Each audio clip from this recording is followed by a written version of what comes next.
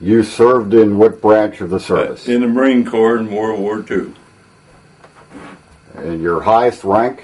Was a corporal.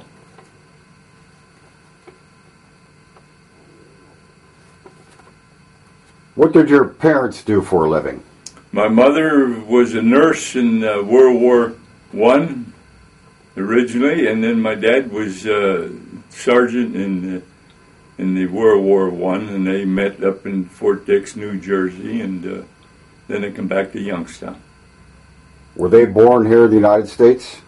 Yes, they was both. Some of my aunts and uncles was born in Sweden and Germany, but my dad was born in this country, and my mother was born in this country, but she was Swedish and he was German.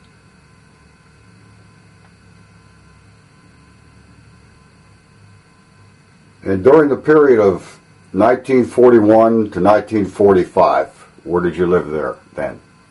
In Ellsworth, Ohio, and Palmyra Road down by Meander Creek. Your education? I was a senior in the Canfield High School when the war broke out, and I turned 18 years old.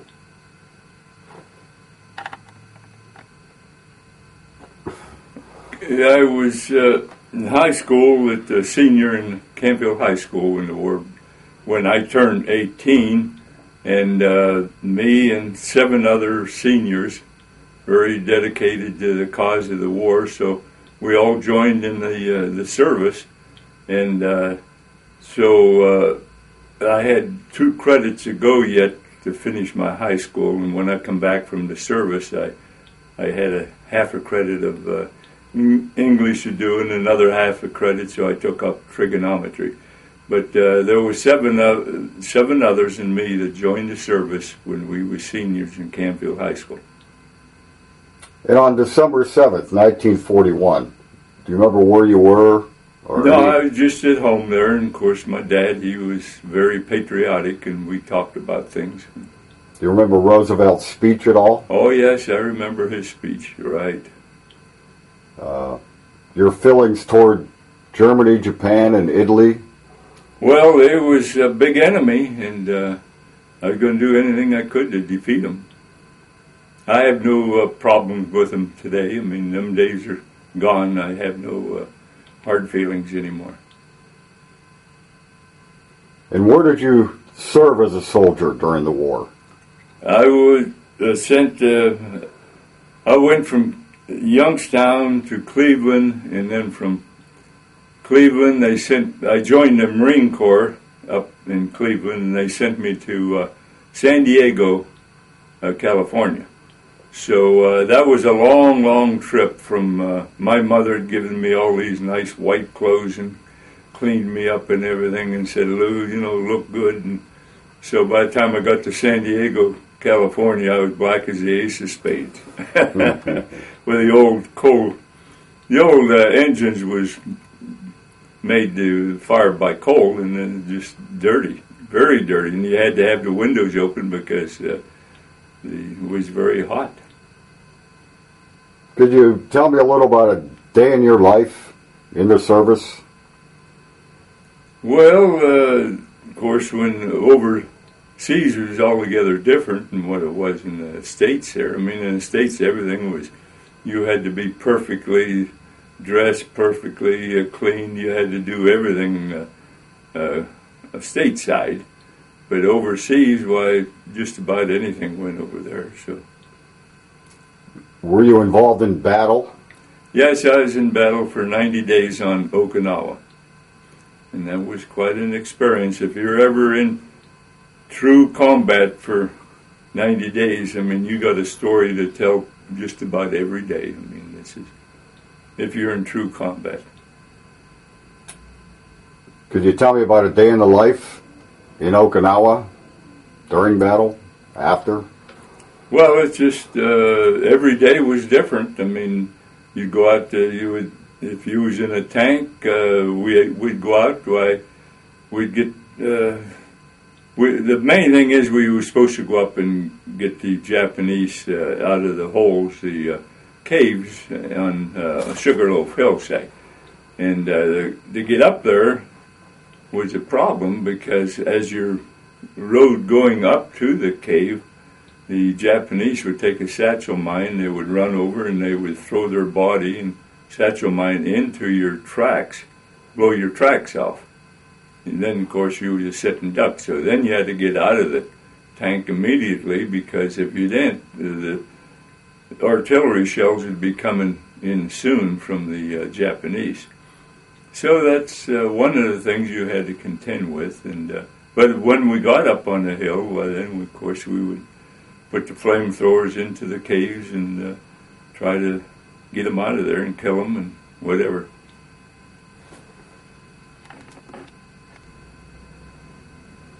Yeah, if every night after the battle you was up in the front lines, you'd pull back because you had to take your tank, you had to gas it up, and you had to do things with it and repair things, and then you would have to try to clean up the best you could, and there was no really places to take showers or anything, so you'd see a bomb hole and with full of dirty, filthy water, but you'd take your clothes off and jump in and get cooled off and get cleaned up some. And so that was quite a job in trying to keep clean over in the battle.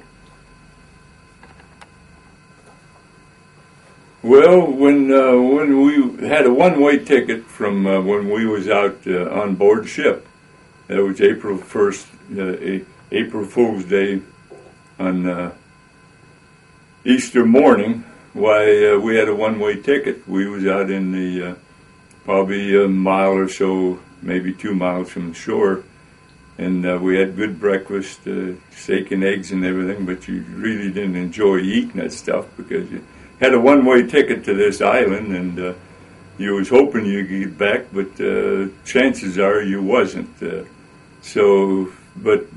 And when we did it, my headquarters, I was in a headquarters company at that time, and we floated our tanks to shore. The only time in history that I know that we ever floated tanks to shore, and we had these big pontoons on there, and we hit the shore while we pushed the button and blew the pontoons off. And we lost one tank going in there because what happened was everybody, the tank retriever, it has a lot of extra chains and cables not to start with, but everybody put any beer, whiskey, or anything you could find in his tank. Well, when he got out there maybe 500 or 600 feet, well, his tank went belly down, and of course he crawled out of it. We didn't lose him, but we lost that tank retriever in the only one that our headquarters lost. See, when we was on Guadalcanal, we formed the 6th Marine Division. That was the 4th Marines, the 22nd Marine Regiments, and then the 29th Regiment. And that's where we formed the 6th Marine Division. Well, I spent 6.5 months on the water because being in a tank outfit, you was either always on a slow boat. You was on an LSD or a LSD landing ship or one of these slow boats, which went very slow. So I spent about 6.5 months on the water. And living conditions and food while you were on ship? Well, the conditions on ship was great. The Navy had a really good food and no problem there.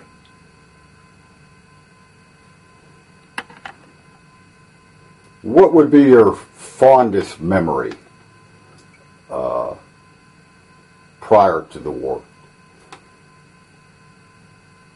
Prior to the war, well, I was just a kid, and I just out having fun and not thinking about the war really.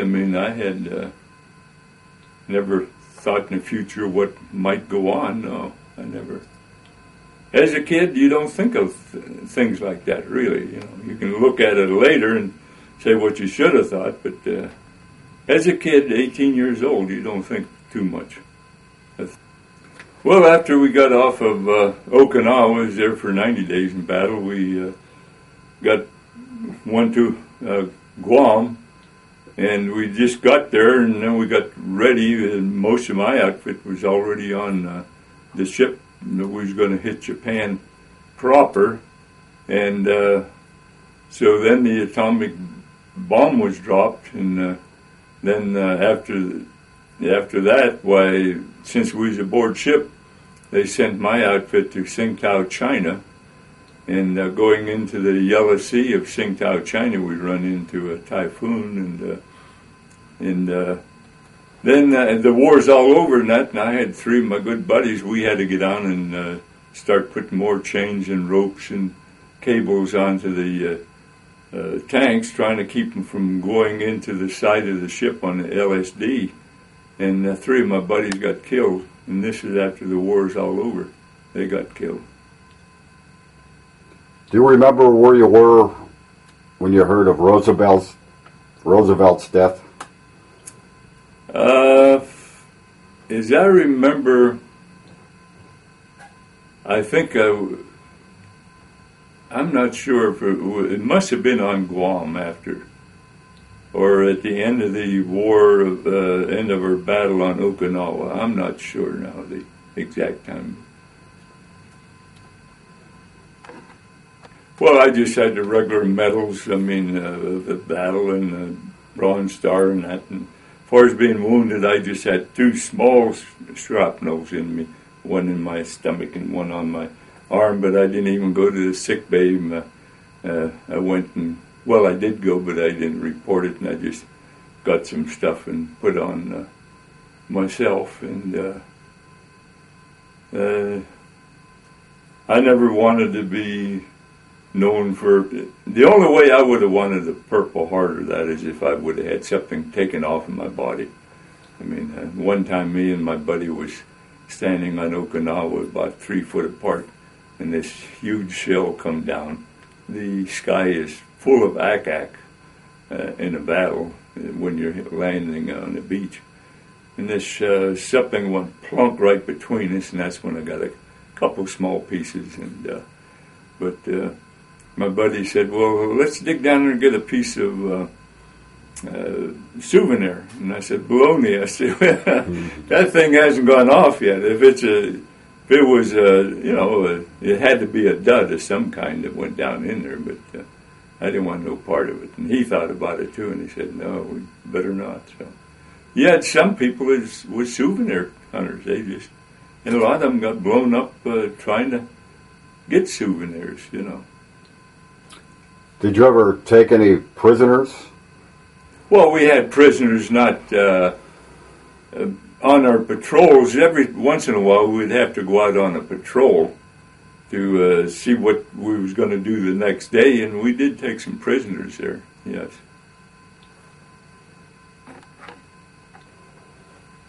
Well, the Japanese would not surrender. They would rather commit suicide or jump off of a cliff or anything, because when they was brought up, they hated Americans, said Americans are terrible. They'll torture you.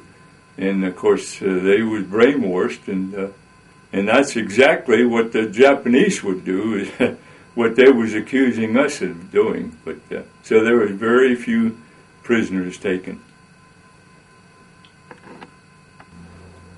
Well, when I went in the service in 43, they needed men very bad, so I never got a furlough, and went through boot camp and tank training and sent overseas, and so I didn't get some of the, I was only 18 years old, and I didn't have nothing to come home to anyways.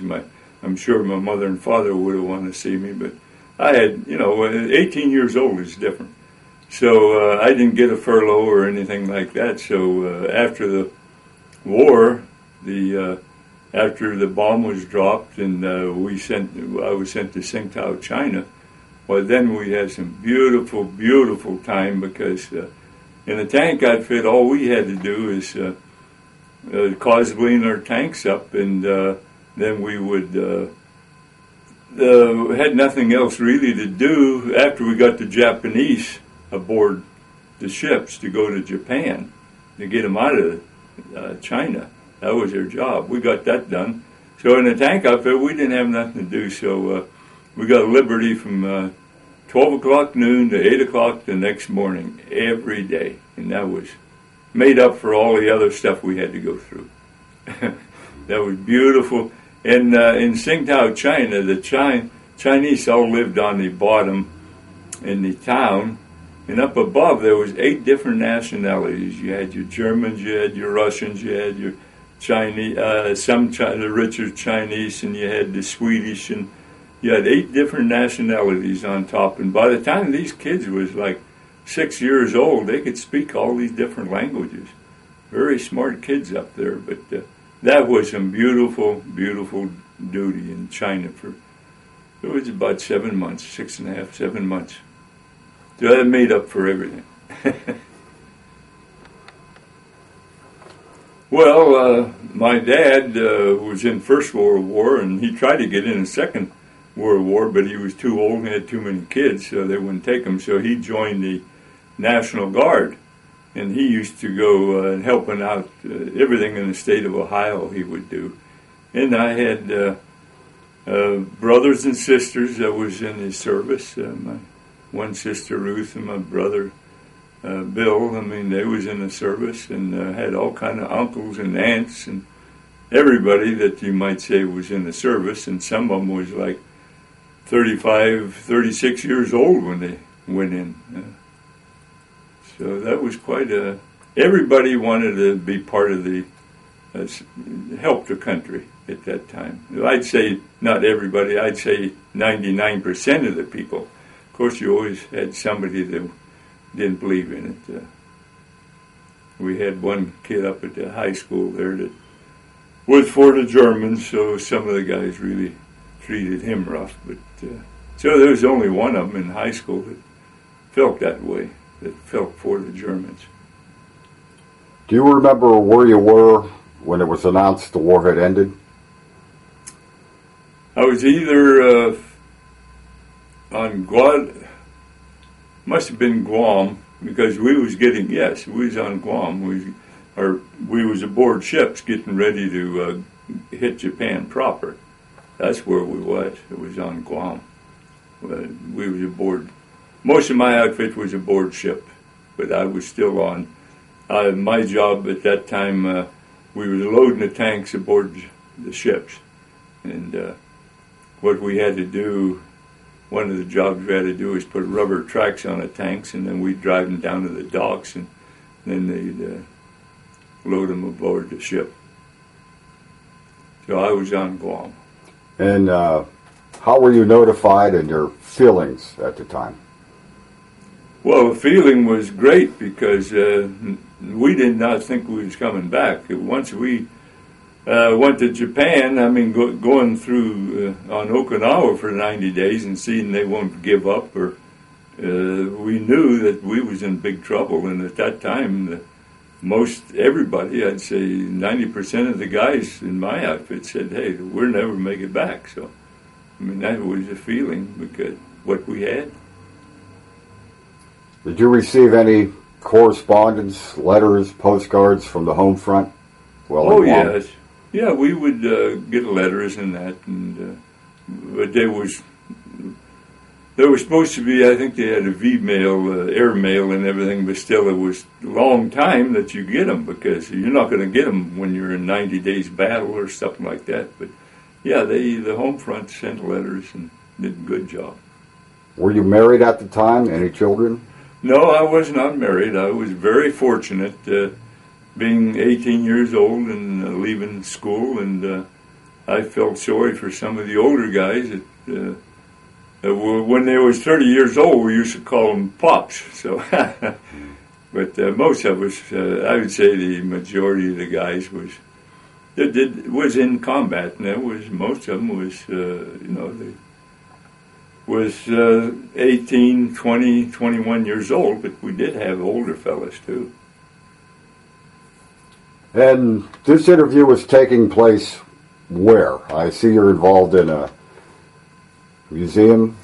Well, this is taking place at the War Vet Museum here, and I happen to be the president of the museum, and I'm the commander of the American Legion, and in 1979, the Legion lost their home, and I decided someday I'm going to get a home for them. So I became the commander in 1980, and I seen this house was empty for about 4 years in 1988, January the 9th, and I put $100 on it because I found out how much history this house had. It was owned by everybody that owned this house was military of all types, and so I put $100 down on it, and I asked the next Legion meeting, I asked the guys if they wanted to be part of the museum, to be the trustees, and they all agreed yes. So that's how we started there, and this is trustees of this is by the Legions. Legion members are the trustees, but we don't own it. Nobody can sell it. We're set up as a 501, the same as a church. And nobody can sell anything in here or sell a building. If anything happens in Canfield American Legion, this would go to the state of Ohio. And we have over 40,000 items in here. We keep getting stuff in here every day. Do you know any history of this? Well, the house was built in 1809, and it was built by a Revolutionary War veteran, and then after that, then it was a World War,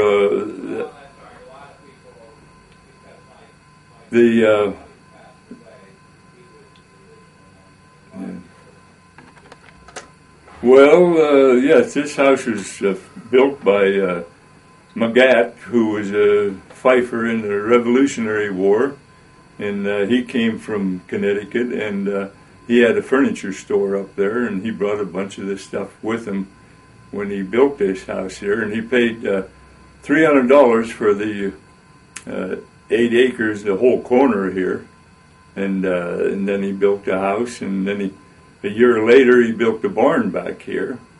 And the barn was ready to fall down. It had been moved a couple times, so we got a chance to get it. So we moved the barn back on the original property here. And then there was World War. Let's see, he was Flickinger. He was in World War. It was War of 1812. He was in. I'm sorry. And then. After that, we had a World War I veteran and then the Legion, which we bought it. And then it's been, so every year, I just forget what years it was. I'd have to look it up. But everybody that actually owned this house was in the military. And it still is, which is... the Legion, and we are the trustees, so you might say it's still military. It owns it. On your returning home after the war, out of the service, did you do any winding down time, or how did you get on with your life? No, we just, when we got done with China, we went home and went to San Diego, and from there got in the train again and went home, and of course there was no we did not think about what the future was. We got home, there was all kind of jobs. I mean, if you want to be an electrician or a carpenter or do anything, there were jobs here to do. So, and my dad had been in the construction all of his life, so I had some experience in it. So I went in the contracting business in May of 46. Well, this is 23 East Main Street, Canfield, Ohio, right into the center of Canfield. And we have over 40,000 items here. And we're here open 7 days a week, 8 to 3. And would love to have people come and see us. And everything is donations here. We don't buy anything. We don't sell anything. And we just donations when you come in. We have no income from no grants or anything. We're just struggling, and nobody gets paid here. I mean, and we should be on a website, and that if anybody wants a map, it's on a website to come here and see us. If they need more directions, well, they can call the War Vets Museum in Canfield here, and it's 533-6311, and the first numbers are 330. In reference to the Canfield Fair, where are you located? Well, we're located probably, I'd say a mile and a half before you, from the Canfield Fair.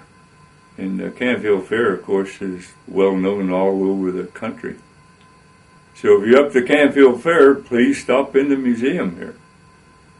And I've noticed Memorial Days and 4th of July's, it's really celebrated here. Well, Memorial Day, the Canfield American Legion, which I am the commander, we have put the Memorial Day Parade on in Canfield for 86 years, every year, in charge of it, not just part of it. I'm talking about when you're in charge of something, it's different than being just part of it, where you go out there and you have somebody marching. But so we've done it, and I've done it 26 years. And then we also lead the Canfield 4th of July every year. We're leading by the color guard and or old the vehicles we got out of here and stuff like that. And this year I would happen to be the Grand Marshal. They thought that I did a pretty good job, so they made me Grand Marshal this year, the 4th of July parade. So, but yes, the Canfield Fair is very important to the Canfield here. Well, one time when you pull back, when you're on the front lines in the daytime, then you pull back, you have to find a place to hide as best you can. I mean, so what we did in the opening, we used to dig a hole, say, that people could go when you had to go to the bathroom and go out in the open and go. Well, this night it was moonlight and I had to go to the bathroom bad, so I started to walk out go to the bathroom there, and the Japanese on top of the hill, they could see us, so all these shells started to come over, and of course I hit the deck and I stayed there the rest of the night. I didn't move. And other things when you're on a patrol, this one patrol we went on, this one old Japanese, he couldn't keep up with us, so one of our guys said, "Hey, you guys go ahead and get back to the camp and I'll take care of it." Well, he took care of him, he shot him and threw him in an old well there. So, and why did you throw him in a well? I mean, well, contaminate the water. He said, we don't want nothing to do with them people, so. Everybody, and one time we was getting our tank flamethrowers ready for the next day, and we was out testing them out, and me and my big Swede, he was with a flamethrower, and I was driving the tank, and seen this man and woman jump out of the field there, and no clothes on. So, anyways, I was going to leave them go, and I was laughing about it. No Swede waited until they just about got out of range, and then he got a shot of that jelly, and it just fried him right there. I mean, that stuff was, it's gasoline and jelly, and they come in big tanks, and had about 3,500 pound pressure. Them tanks did. They had the jelly in them. That was standard equipment? Yeah, that was standard. They had the ones for the tank, which is the big tanks, and we had two of them in the tank, because we had the small, in place of the 30 caliber rifle, a machine gun, and the assistant driver, we had a small flamethrower, and then in place of some of the 75 millimeters, we had the big tank, and this would go much, much further. More pressure and more, so we had the two different ones, and every tank didn't have it, just a few of the tanks would have the flamethrowers.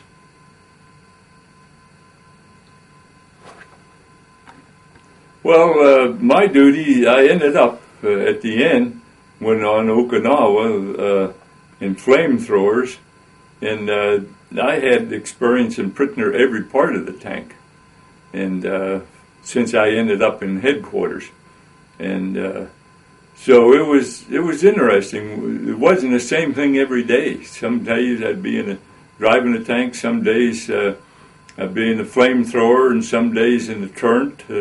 There was 5 people in the tank altogether, and so I got around a lot since the captain and I got along good, and he would give me different jobs to do all the time. Now, if you was in some of the companies like A, B, or C company, I mean, you had one job to do, and that's it for the rest of your time in the service. But since I ended up in headquarters, I did all of them. I mean, I ended up doing, and just like Captain and I got along good, he wanted to send me to be an officer when we was on Guadalcanal, and so me and my buddy took the test. You had to have 125 IQ to be an officer. I had 135, he had 145, and then we decided no, we didn't want to be officers. Well, about 3 weeks later, they said, okay, you guys are shipping out to battle. So, but we never regretted it. I mean, he lived through it and I did, so I haven't seen Dale for many years. He lives in Indiana, Pennsylvania. Well, we had rainy time of the year, and we had the dry time of the season. The rainy time of the year was bad because in our tanks, we'd bury them. I mean, we sometimes would have like 12 tanks with cables together to get them through the where we had to go. Because as soon as a tank, you get a lot of water in the low areas, and you had to go through a lot of low areas. So it was pretty bad, pretty muddy, and other times it was really hot. So I think it's about the same latitude that we are here. But we had the hot weather and the cold weather, and we also had the monsoon. And on Guadalcanal now, that's where we really had the monsoon. On Guadalcanal, when we was getting ready for battle, that was the worst, because when you got the big rain on Guadalcanal, I mean, if you were sleeping on the ground, I mean, you had to get up and move because the water would come down there 4 inches, just like a river. And that was on Guadalcanal, was the worst for the water coming down over a slope. But Okinawa was really wet too, about half the time we was there. Well, yes, I was proud of to go to the service. My mother and dad was proud, and military family, and my son was in Vietnam, and it's all worth it. And I think this is the greatest country on the earth. I mean.